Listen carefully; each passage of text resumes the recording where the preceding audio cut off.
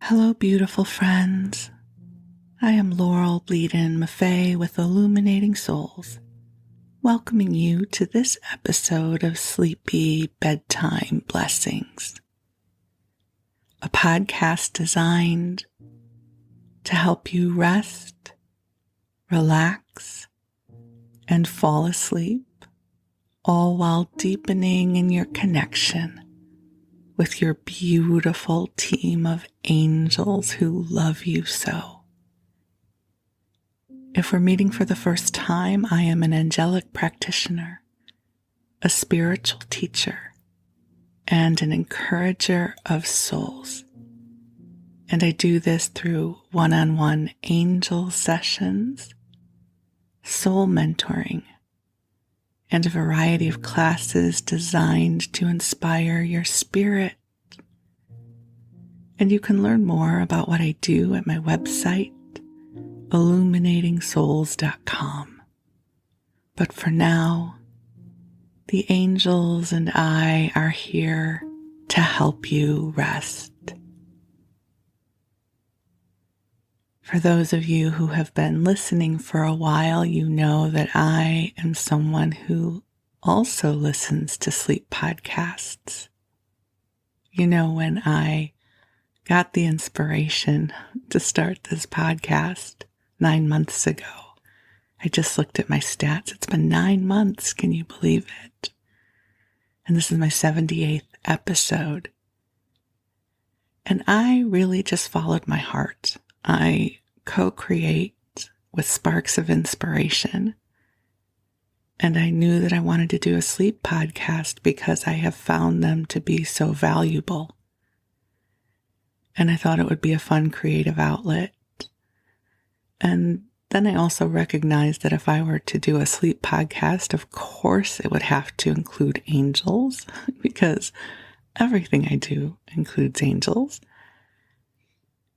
And what I hadn't contemplated was who would wind up listening because people who use sleep podcasts may not be used to angels, and my audience, which is expecting all things angels, may not be interested in a sleep podcast, and none of that occurred to me. Thank goodness. I'm so glad that when I co-create, I really am very impractical because I just follow the lines of energy that delight me. And so I created the podcast I would want to listen to. And you know what is so cool? There are those of you that want to listen too. We have a small but mighty audience at this point. And it feels very intimate. And I am so appreciative of the opportunity to get to spend time with you. I find listening to podcasts to be a very intimate experience, especially sleep podcasts. I put in my earbuds and I pull the blankets over my head. I sleep like a turtle. I pull the blankets over my head with my earbuds in, and then someone's voice lulls me to sleep.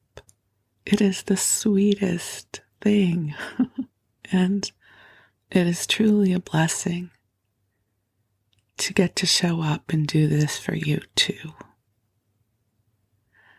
So I invite you to get comfortable and cozy in whatever way works best for you. Plump up your pillows just so. Pull the blanket up just as far as you want it to go. And let your body know it has permission to grow heavy and relax.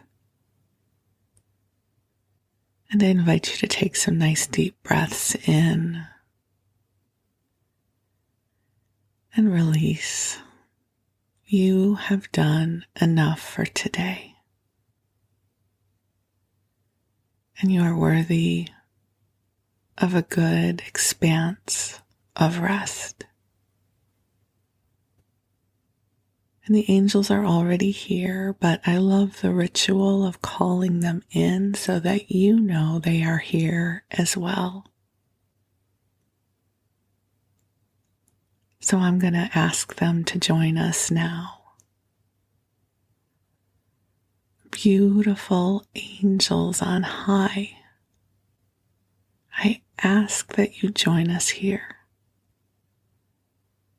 And I ask that you infuse this broadcast with waves upon waves of love for each of our beloveds gathered here now.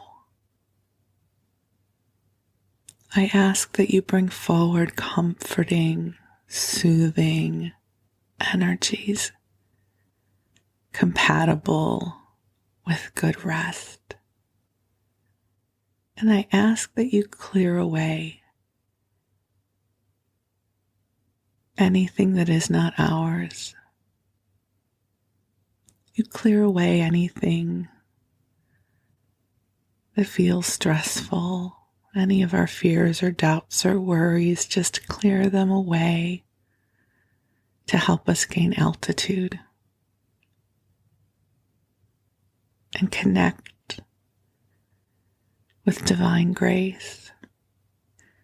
And dear one, just take a nice big deep breath in. You are coming into an intentional energy field that is being cultivated just for you. That even if there are many people listening to this broadcast right now, the angels are specifically with you. And they are helping to co-create an energy field that will be supportive for you.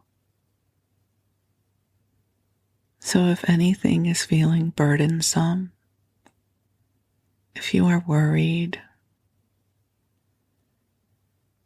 just breathe that out and the angels will gather it up and help transmute these frequencies for you.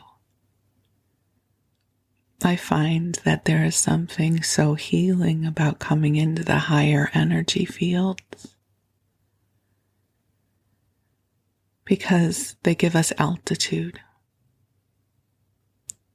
It's always so interesting to me that which I thought was so heavy and difficult somehow dissipates. Not everything, of course. Life can be very, very hard sometimes. And when I talk about energies dissipating that feel burdensome and worrisome, more often than not, I'm referring to the mundane, pedestrian stressors of life. Certainly, if you are going through something very profound and difficult, it is not expected that all of a sudden you will feel bright and shiny in this moment. But what we will do is sit with you and let you know that you are loved. And these energies of love and light also will bring to you comfort. So just take a breath in and release. I love to use the time right before sleep to ask the angels for help. I might ask them to help me acclimate to a more brighter sense of spirit, lightness of spirit, I love to call it. I might ask them to help me clear or heal something that's up for me. I love to ask them for sparks of inspiration. I'm not consciously strategic when it comes to my business. Those of you who've been with me for a long time will know this to be true. And an example would be, I have no idea, I mean a little bit of an idea, but I don't have my schedule worked out for September. I don't know what I'm going to be offering exactly. I once attended a wonderful social media training with a woman who I think is phenomenal at what she teaches, and I got a lot of value out of it. And one of the things she shared was that she plans her editorial calendar out a year in advance. And I gasped. I was like, oh my God, I can't imagine doing that. I don't know what I want to offer or write about next Thursday, much less a year from now. So I really love this way of co-creating with the angels. It allows me to connect with the energies that are swirling about, as well as my own energy. And then I have a sense on where to go. And so I feel confident that come September, which as I record this is about 2 weeks away, that I will know what I'm offering. I will know how I want to show up in the world. It's a very organic way of living. So it might be completely confounding and maddening for some people. But for me, it allows me to embrace the spontaneity of my spirit. I don't feel burdened or beholden to tomorrow. I get to be in this moment more fully. How many of you are old enough to remember the series The Flying Nun with Sally Field? This may have just been a show that was aired in the United States, so if you're listening abroad, you might not know about this show, but the show was about an order of nuns, and Sally Field was this young and enthusiastic nun, and the habit that they wore had these caps that had almost wings on them. They weren't really meant to be wings, but it was sort of an origami kind of cap. And the show's premise was that they were aerodynamic in a way that Sally Fields could fly with her nun's habit on. It was a crazy premise, but it worked because it was, the 60s or 70s, whenever it was, and we were easily entertained. And her character would wet her finger. She would put her finger in her mouth and wet her finger. And she would hold it up to the breeze to see which way the breeze was blowing. And then she would leap. Very iconic. And that's what I feel like my co-creation style is. It's the Flying Nun theory of life. You tune in to which way the breeze is blowing and where you are most aerodynamically inclined to succeed. And then you leap. A little bit of spiritual wisdom blended with iconic classic television, which is so typically me. My life is based upon TV shows, food, angels, and a little bit of fairy dust sprinkled in there.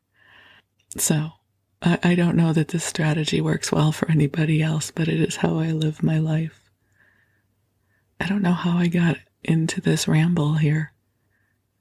I know we were talking about the angels helping us lift our energy fields up to help clear away. And then I was talking to you about how I love to use the time before I sleep to come into brighter frequencies. And now I have shared with you my secret sauce of the Flying Nun strategy for co-creation.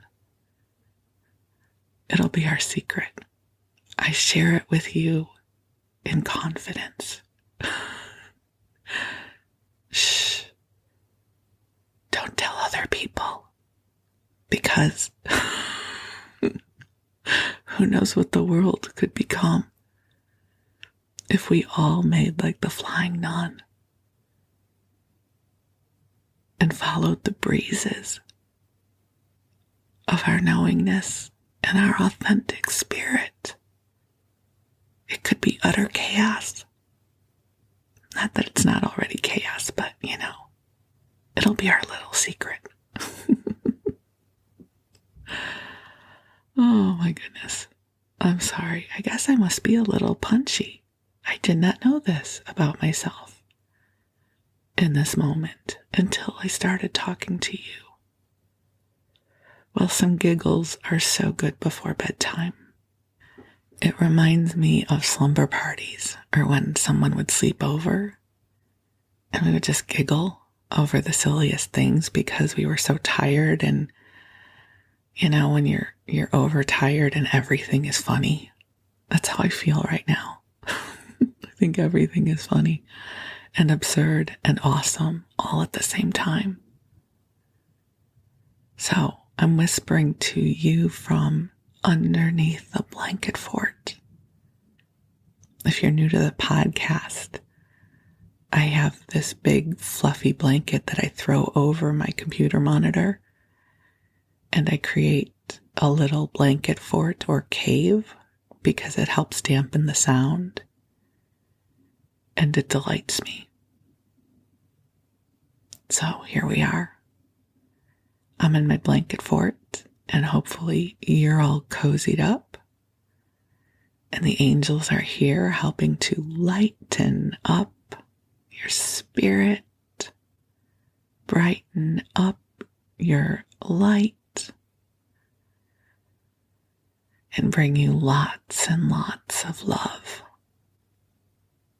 Because in moments like this, I remember that this world is a beautiful place.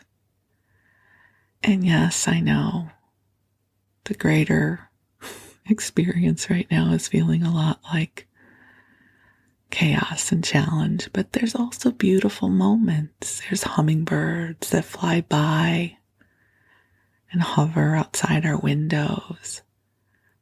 And here in the US, it's summer and we have stone fruit, which means peaches and nectarines and melons, which aren't stone fruit. They are their own thing, but you get it. You get where I'm going. Like, this world is a beautiful place. The skies are blue. We get to have our fur babies who love us. We get to watch sunsets. We get to read books that take us off on adventures. And I have to say, I have been enchanted if anyone is looking for a good book. And this is not a spiritual book. This is a book of fiction. The Bookwoman of Troublesome Creek. Oh my God, what a beautiful book.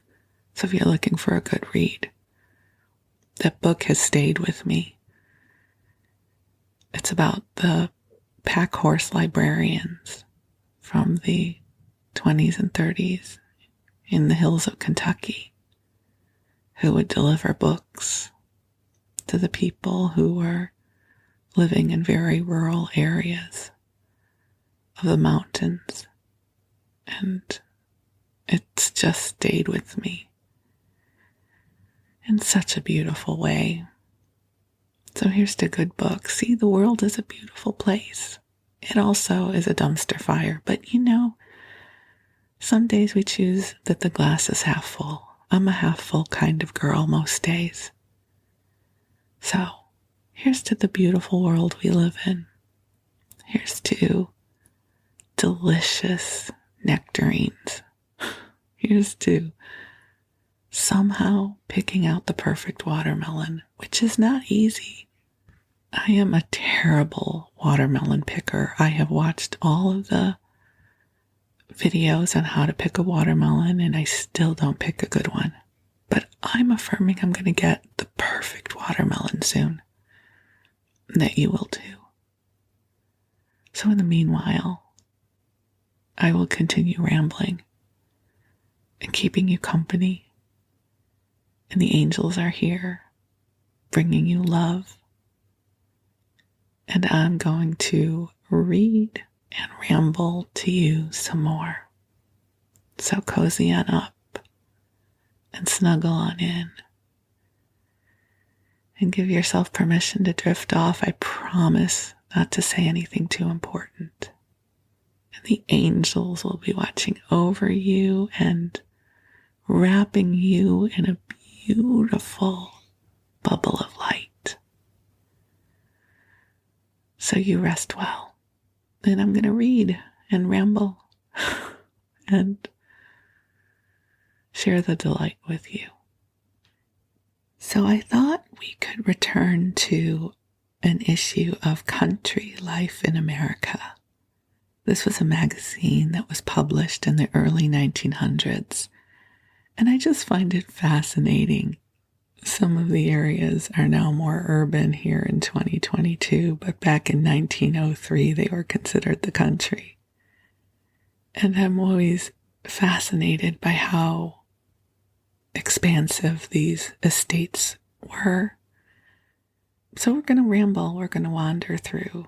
This is Country Life in America, a magazine for the homemaker, the vacation seeker, the gardener, the farmer, the nature teacher, the naturalist. And this is volume 4, May to October 1903, published by Doubleday, Page and Company. Okay, so if we could time travel back to 1903, we could purchase 1,100 acres in New Hampshire for sale to close an estate. This property is located in Antrim. I don't know if I'm pronouncing that right. Antrim, one of the most beautiful towns in southern New Hampshire. It is only 75 miles from Boston and 20 miles from Dublin.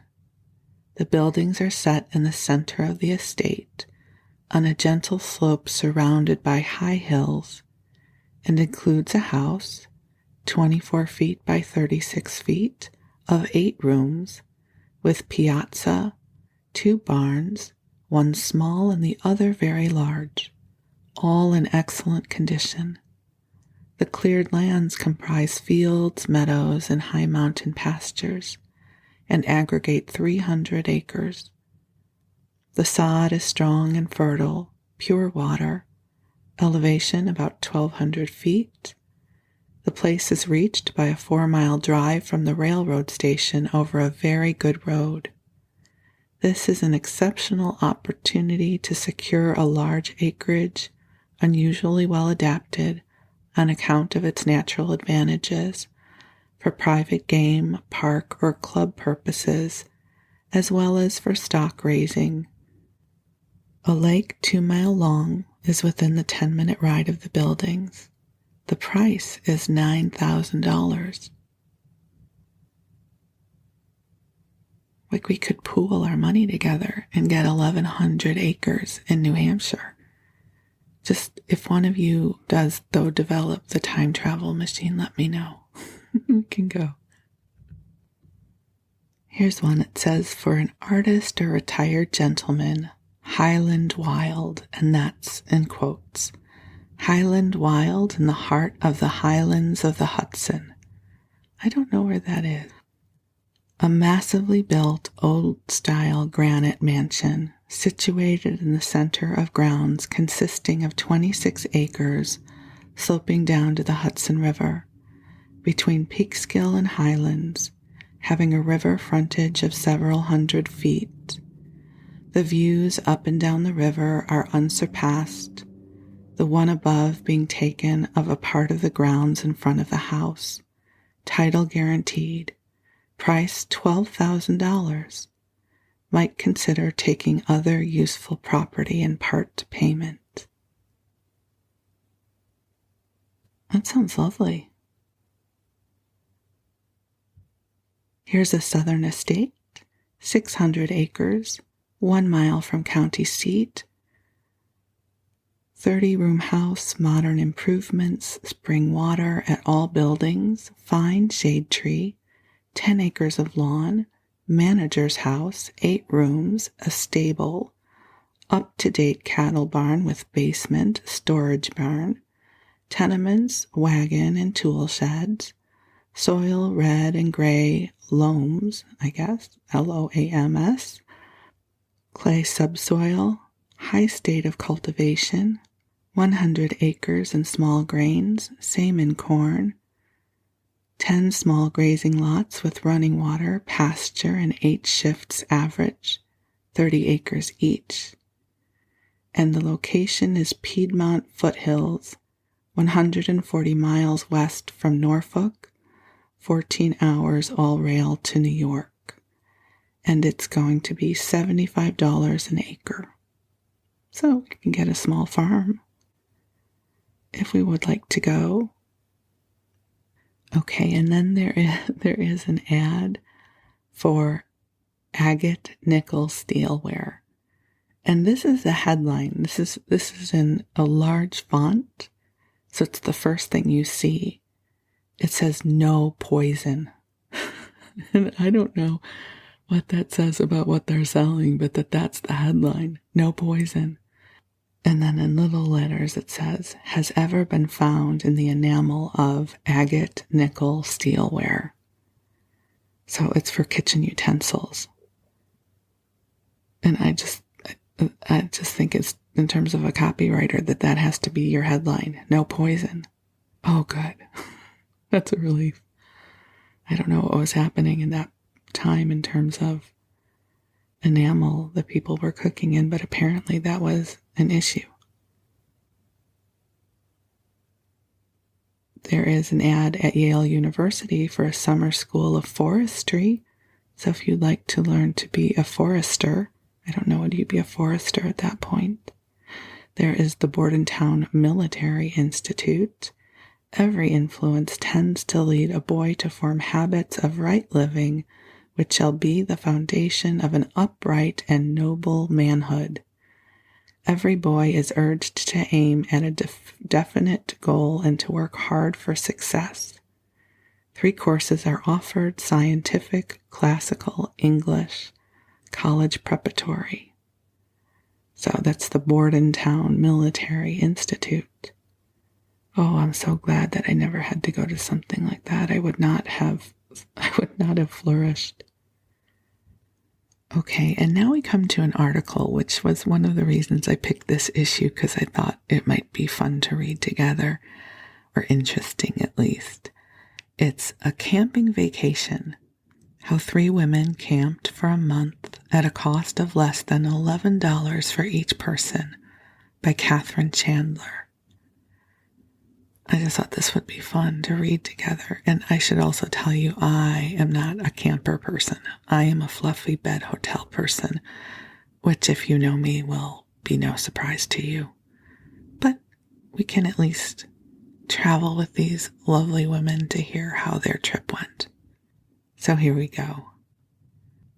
When we had once decided that Yosemite was to be our summer relaxation, we began investigating to find which method of visiting the valley could squeeze the greatest number of days out of our ill-stored wallets. We learned that the lowest rate at the hotel was $3 a day. This, in addition to the traveling expenses, meant too short a stay for us to attempt the trip. A 10 days excursion to a camp hotel was advertised with the entire cost $48 a person, but it would give us only 7 days in the valley, and we all agreed that we wanted more.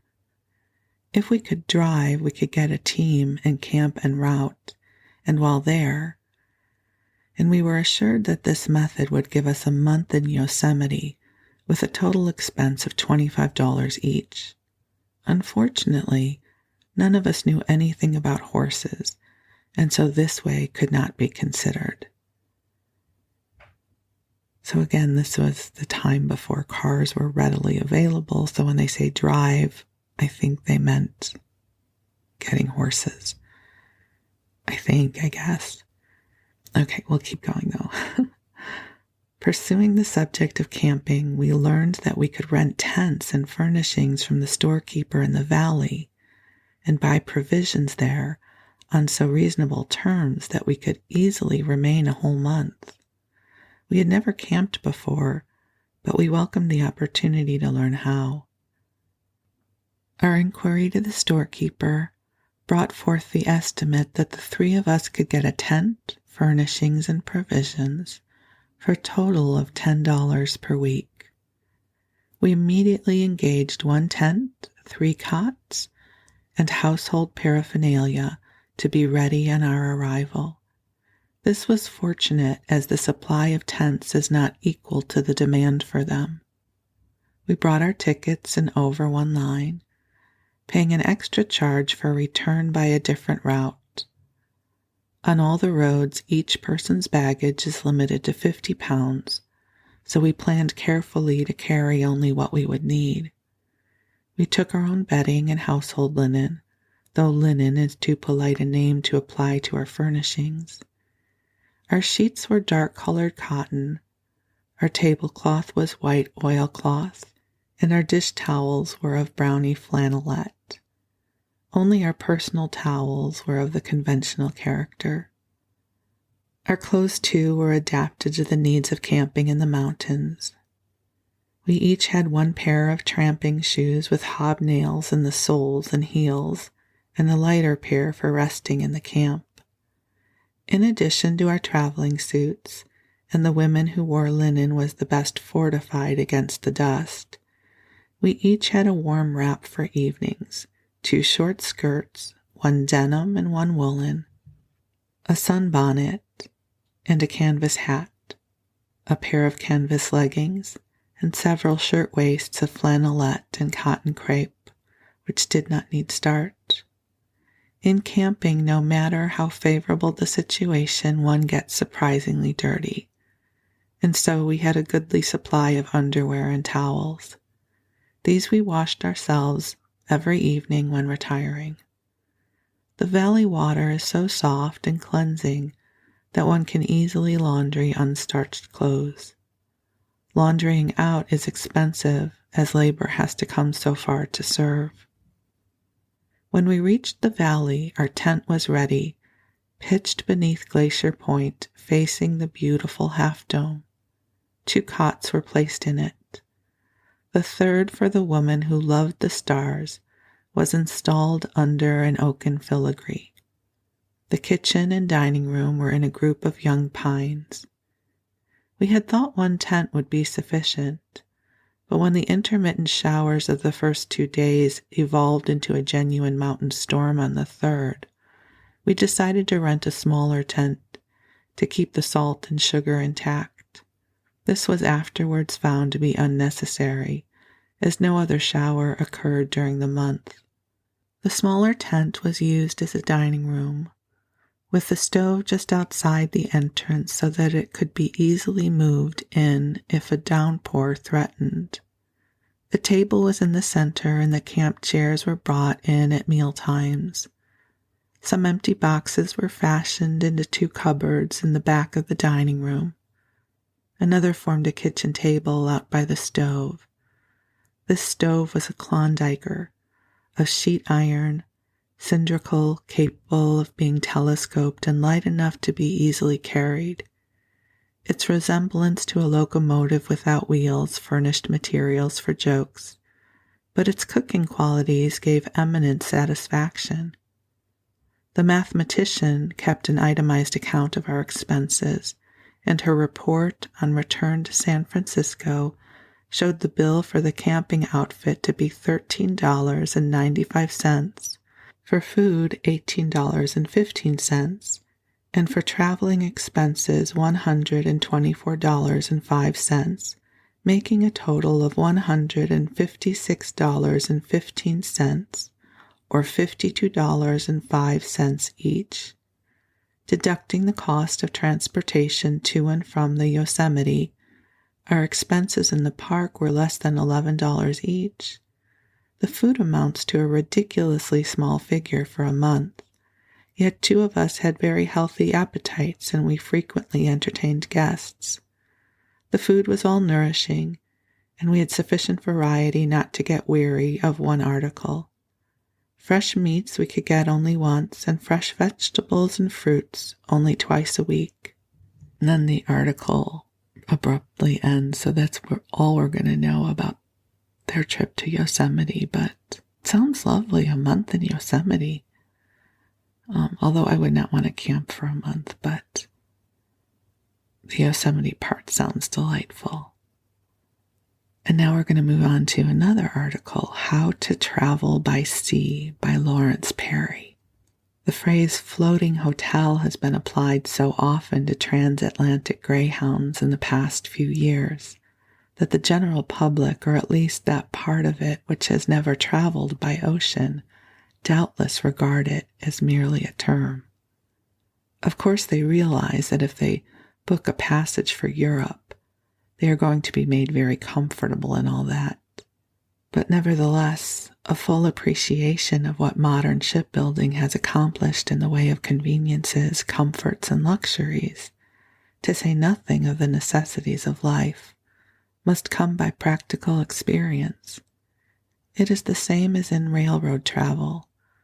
One does not quite grasp what he has heard or read until he himself takes the limited train and a dash across the continent, or even to Chicago. Perhaps for the first time you have caught the fever and have decided to go abroad this season. You've applied at the office of the steamship line you favor and have received your berth or stateroom or suite, as may be the case. Your baggage has been checked direct from the ferry or the railroad station to the pier, and willing porters have carried that portion of it which you have marked cabin to your stateroom, and the remaining luggage which you will not need on the trip to the baggage room. Access to this room may be obtained at a certain hour each day. You are ready now to apply to the second steward for a seat at one of the tables in the dining room saloon, as it is called. Having done so, you begin to look about you. Perhaps you have a suite of rooms, 2 bedrooms, a sitting room, and the bath. All the rooms are big and airy and wholesome and fresh, with walls and ceilings tastefully painted, and the furniture usually consisting of some dark hardwood. Large portholes open out on deck, and the rooms are fitted with sofas, tables, chairs, wardrobes, and beds, the last of which look as though they could cure insomnia. There are electric lights throughout, and in fact all the conveniences that progress has brought forth. Single staterooms are no less elaborate so far as furnishings and conveniences are concerned. If you go more cheaply, booking in a cabin, which you share with 3 others, the berth space necessarily prohibits the elaborate furnishings of the single rooms and suites, but you are very comfortable just the same. After the process of settling down and unpacking is over, you are ready to enjoy the voyage. This aforesaid process should consume a good portion of the first day out, so tomorrow morning, then, you begin to fall well into the life of shipboard.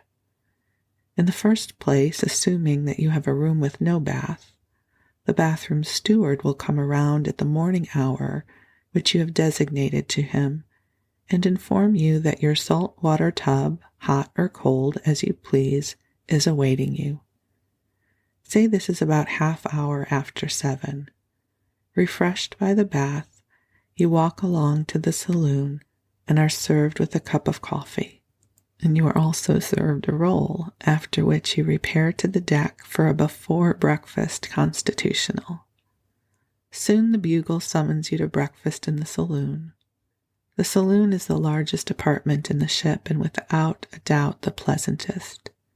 No expense has been spared in decorative effects of magnificent and artistic merit that would take a page to adequately describe. Many passengers, by the way, prefer to breakfast in their cabins, After breakfast, having visited the library with its stock of 1,000 books, including works historical, classical, and the latest fiction, you repair to the deck, followed by your cabin steward with a pile of rugs and other wraps. Here you lounge, in your steamer chair, until 11 o'clock when the deck stewards pass crackers and chicken broth or some other light refreshments. Then come deck games such as quoits, billiards, and hopscotch until luncheon is served. After that there is afternoon tea, and finally dinner.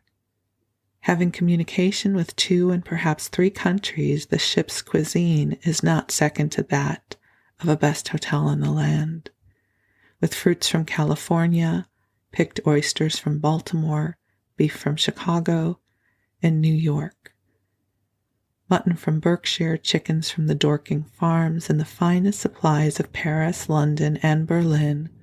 One loses nothing from being on shipboard. After meals, most of the men go to the smoking room, in the decoration and furnishing of which the various steamship companies spare no pains or expense. There are fine paintings on the walls, groups of cozy seats and tables where a little game sometimes assumes very large proportions, perfect ventilation, chess tables and checkerboards, a very excellent albeit hidden bar, and a line of smokers' materials that would fit out a small tobacco store. Many spend most of their time here, but perhaps you prefer the library, with its cozy corners and comfortable seats and numerous desks with shaded lights, where you may write up your journal or catch up in the latest fiction or the magazines of 2 continents. You will find it pleasant above in the music room, where there are pianos and organs and sheet music galore. There are also barber shops, gymnasium, a drug department, 2 physicians, a band, and whatnot. Briefly, there is everything that you could desire, everything that a hotel could furnish save buses to points of interest. But then, does not the view from the deck compensate for all of this? Now comes a school of porpoises. Now a whale blows in the distance.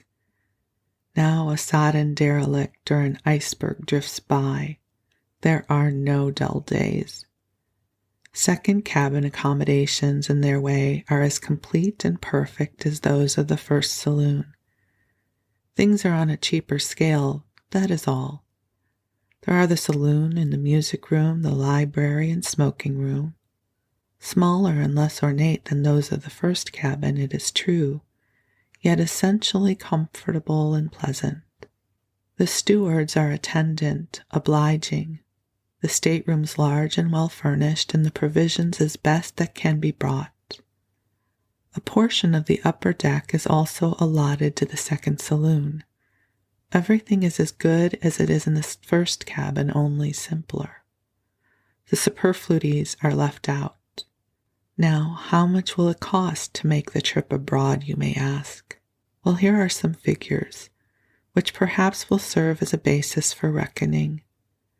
The minimum price now at which you may obtain passage on boats of the Deutschland type is $110, for which you may have a berth in the first saloon in a stateroom occupied by 3 others.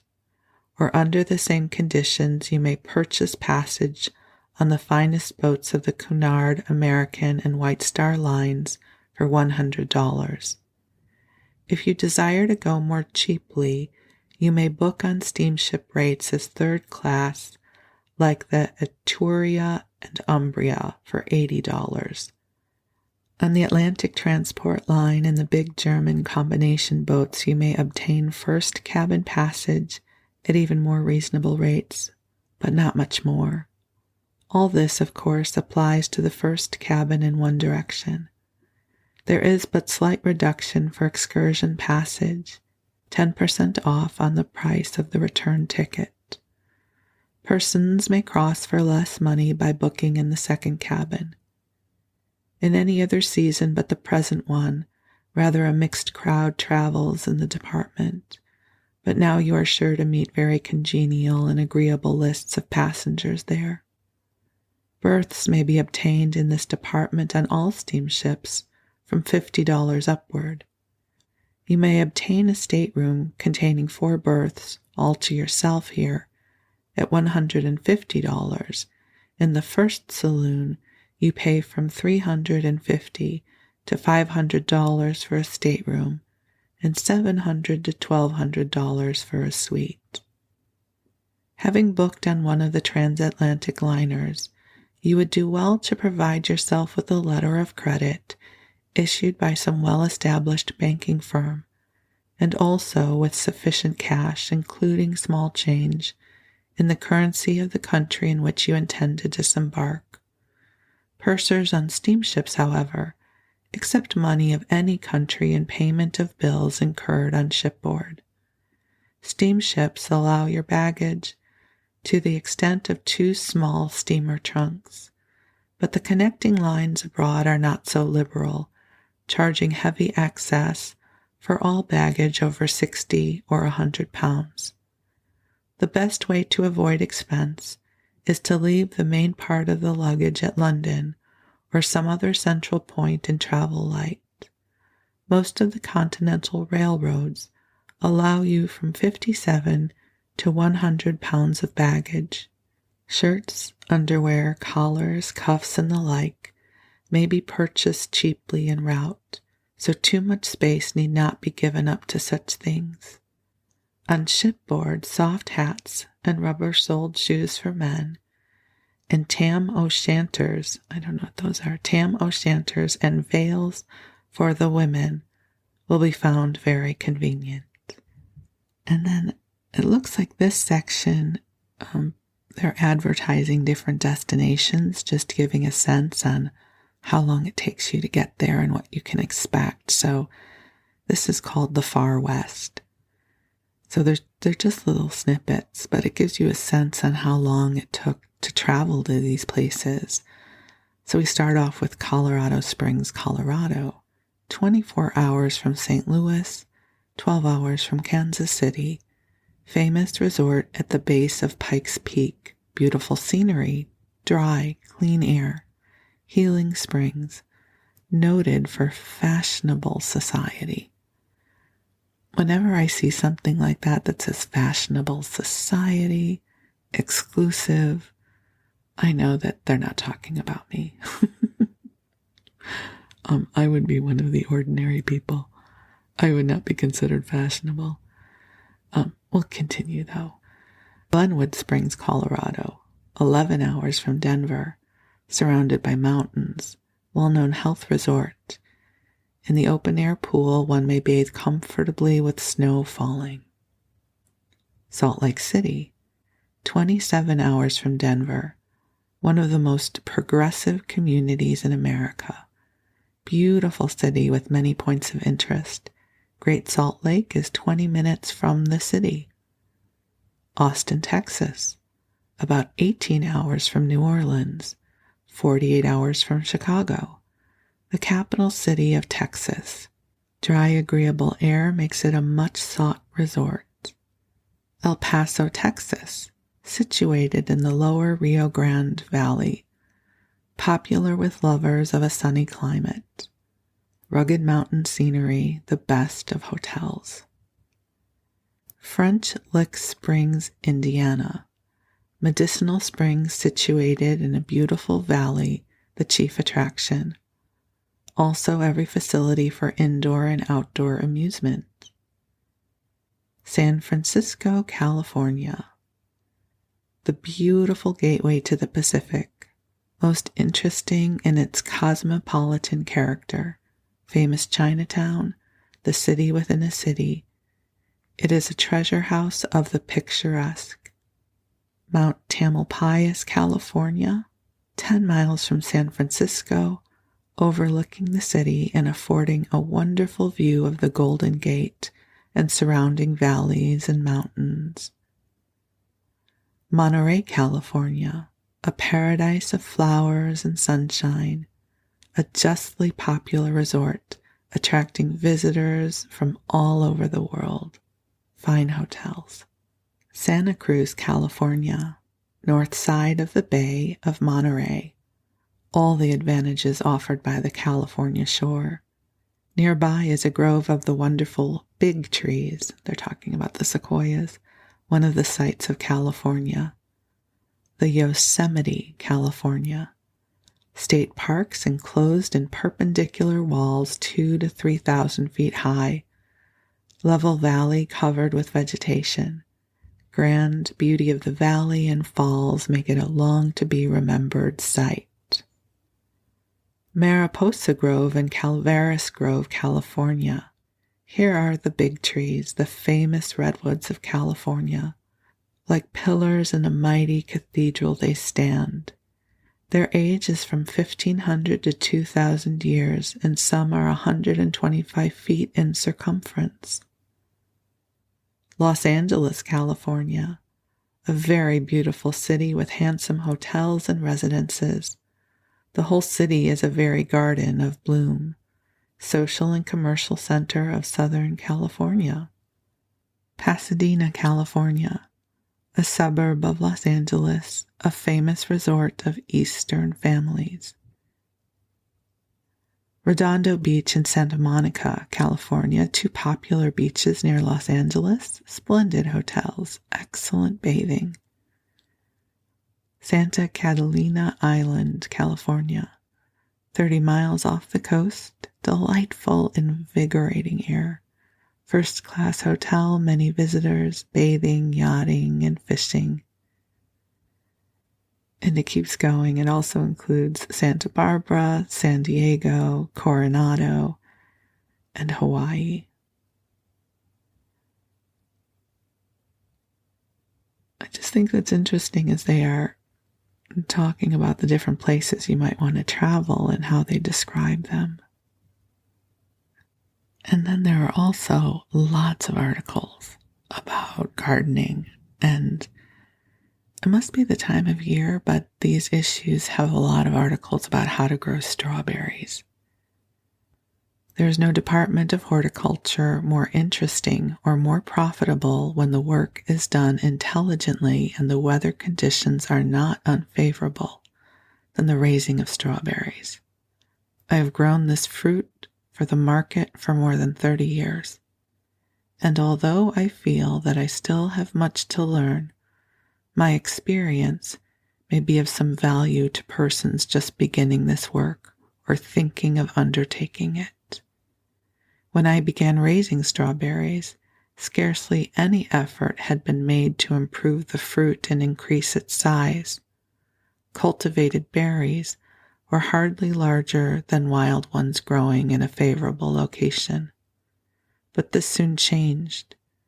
The first step in the process of evolution which has produced the modern strawberry was the introduction of the Wilson, which was hailed as a great improvement over all other varieties.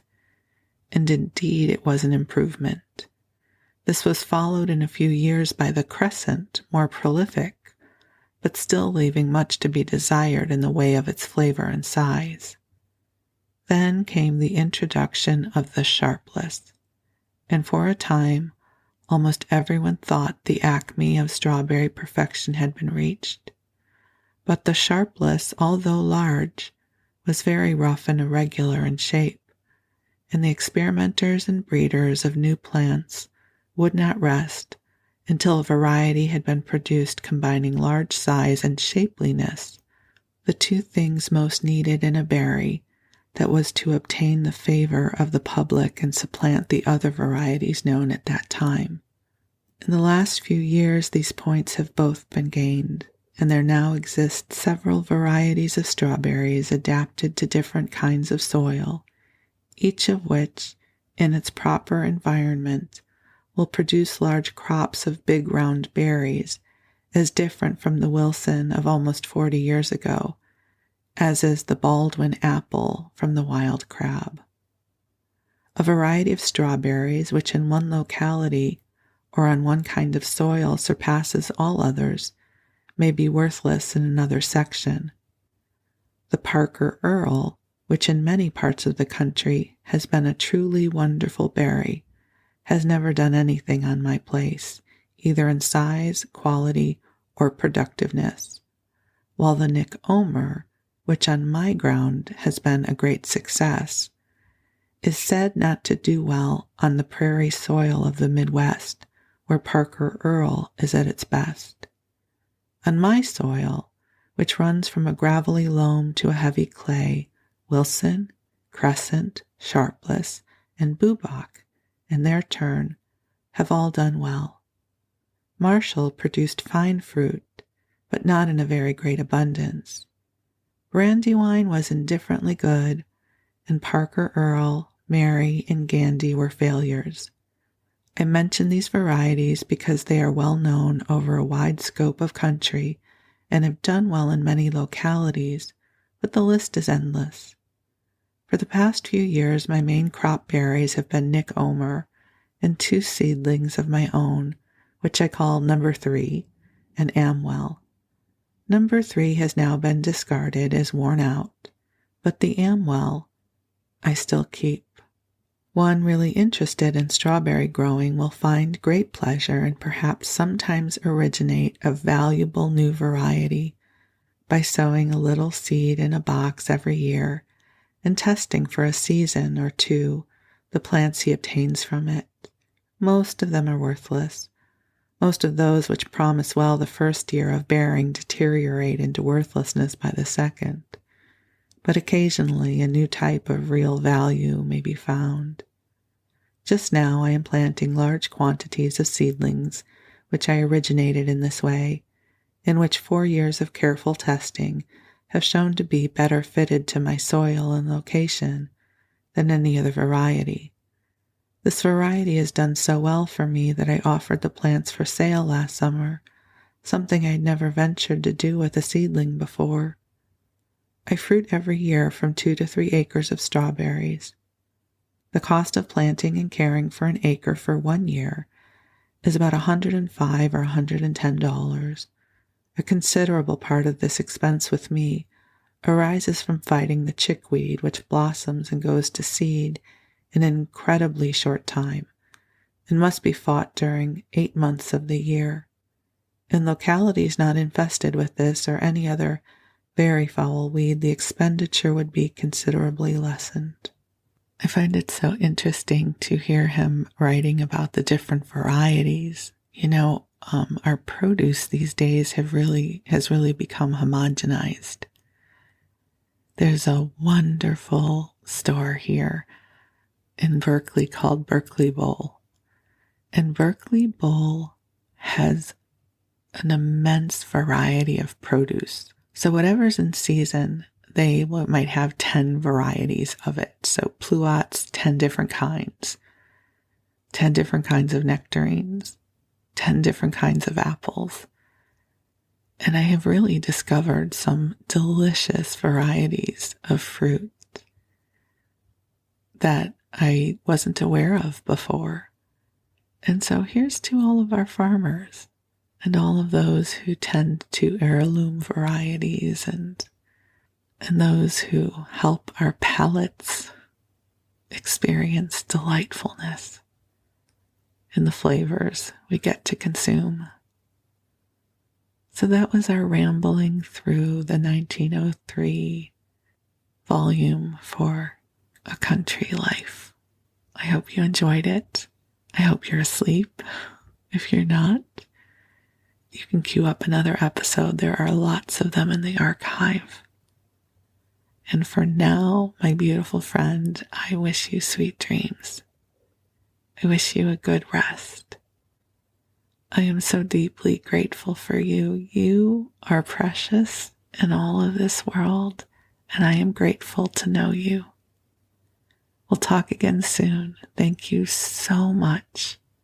Be well. Good night.